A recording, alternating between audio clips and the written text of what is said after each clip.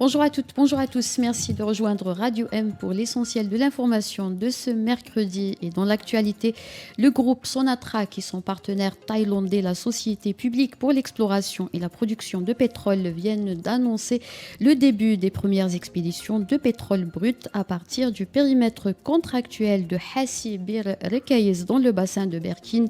Ce bassin est exploité par les deux groupes pétroliers dans le cadre d'un contrat d'exploration-production conclu le 17 janvier 2010.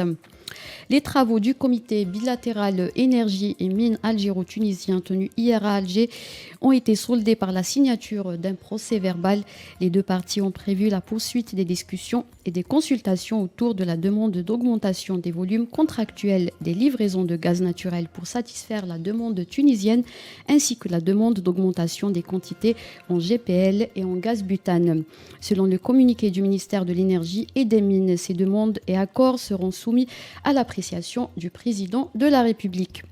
Le directeur général de l'aéroport international d'Alger, Houari Boumediene Tahar Allash, a été démis de ses fonctions hier après 15 ans de service. Ce limogeage intervient à la veille du lancement du nouveau programme de vol Air Algérie.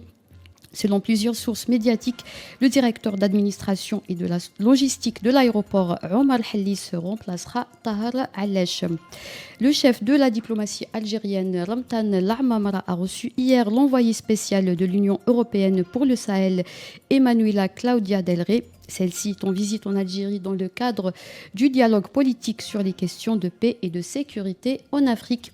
Les discussions ont porté particulièrement sur la région sahélo-saharienne et la situation au Mali. En Tunisie, le président Kais Saied a menacé de retirer l'adhésion de la Tunisie à la commission de Venise. Il a appelé toute personne appartenant à cette commission de la quitter immédiatement.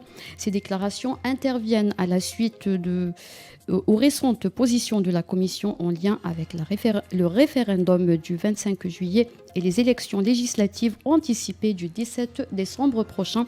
Le président tunisien a affirmé que la commission de Venise n'était plus la bienvenue en Tunisie. Il a considéré ces récentes positions comme une ingérence dans les affaires internes de la Tunisie et une atteinte à sa souveraineté. Et enfin, le festival du rail est de retour cet été, mais pas à Sidi Bel Abbès.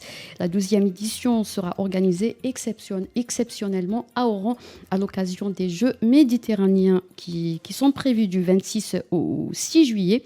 Cette décision intervient suite à la demande du Wali d'Oran à la ministre de la Culture qui a accordé. C'était la dernière information. Merci de nous avoir suivis.